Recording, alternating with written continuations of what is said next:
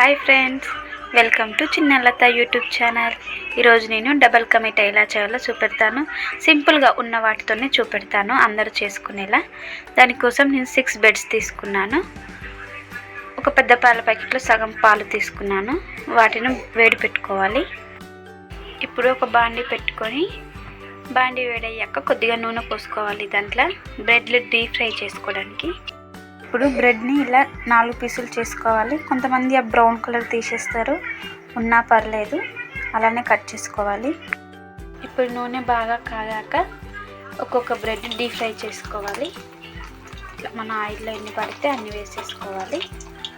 నేను ఇలా ఒక పొయ్యి పైన పాలు, ఒక పొయ్యి పైన బ్రెడ్లు వేయించుకుంటున్నాను.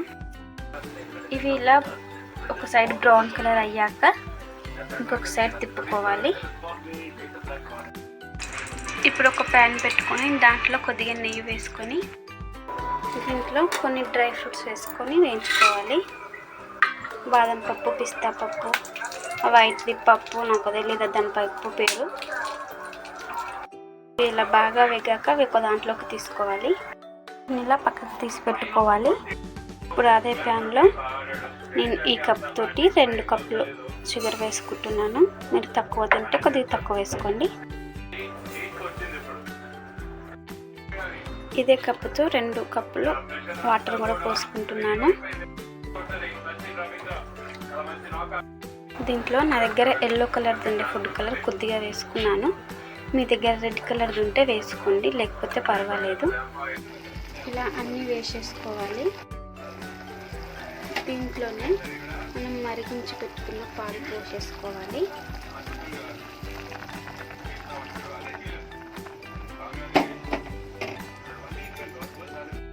దీంట్లో ఒక ఇలాచీ వేసుకోవాలి. నేను మర్చిపోయాను, ఇప్పుడైతే వేసుకుంటున్నాను, ఏం పర్లేదు. డబల్ కా మిఠాయి అయితే రెడీ అయ్యిందండి. పాలు పోసాక ఒక 3 మినిట్స్ ఉంచుకున్నాను హై ఫ్లేమ్లో పెట్టి. అదంతా బ్రెడ్ అంతా పాలను పీల్చుకుంది. దీంట్లో రెడ్ కలర్ ఫుడ్ కలర్ వేస్తే మనకు మంచిగా రెడ్ కలర్ వచ్చేది. నేను నా దగ్గర లేదు కాబట్టి నేను వేయలేను, అందుకే అలా వైట్గా పుడుతుంది. మీ దగ్గర ఉంటే వేసుకోండి, చాలా బాగుంటుంది. నేను ఇంట్లో ఉన్న వాటికి చేసి చూపించాను, ఒకసారి మీరు ట్రై చేయండి. చేసి చూసి కామెంట్ చేయండి, లైక్ చేయండి, షేర్ చేయండి. కొద్దిగా మా ఛానల్ని సబ్స్క్రైబ్ చేసుకోండి.